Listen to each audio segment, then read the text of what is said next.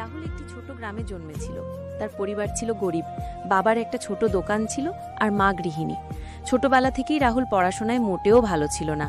পরীক্ষায় খারাপ ফলাফল, স্কুলের শিক্ষক ও সহপাঠীদের বকুনি, সব মিলিয়ে আত্মবিশ্বাস একেবারে ভেঙে গিয়েছিল তার।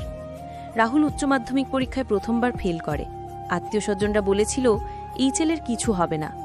বন্ধুরা দূরে সরে গেল, আর পরিবারের অবস্থা এমন যে টিউশনের খরচও জোগাড় করা কঠিন। তবু রাহুল হাল ছাড়েনি। রাতে বাবার দোকানে সাহায্য করত আর দিনের বেলায় নিজের মতো করে পড়াশোনা করত। ইউটিউব ও ফ্রি অনলাইন কোর্স থেকে শেখা শুরু করল। সে জানত তার আর পিছিয়ে থাকার সময় নেই। দ্বিতীয়বার পরীক্ষা দিয়ে সে পাশ করল, ভালো ফলাফলের সাথে। তারপর সে একটি প্রযুক্তি বিষয়ে ডিপ্লোমা কোর্সে ভর্তি হলো। সেখানে সে কোডিং শিখল, ছোট ছোট প্রজেক্ট বানাতে লাগলো আর নিজের দক্ষতা বাড়াতে থাকলো। 3 বছর পর রাহুল একটি আন্তর্জাতিক কোম্পানিতে জুনিয়র সফটওয়্যার ডেভেলপার হিসেবে চাকরি পায়। আজ সে শুধু নিজের পরিবারকেই সাহায্য করছে না, গ্রামের আরও কয়েকজন ছেলেমেয়েকে শেখাচ্ছে কিভাবে প্রযুক্তির সাহায্যে নিজের জীবন বদলানো যায়। গল্পের শিক্ষা: জীবনে ব্যর্থতা আসবেই, কিন্তু সেটাই শেষ নয়।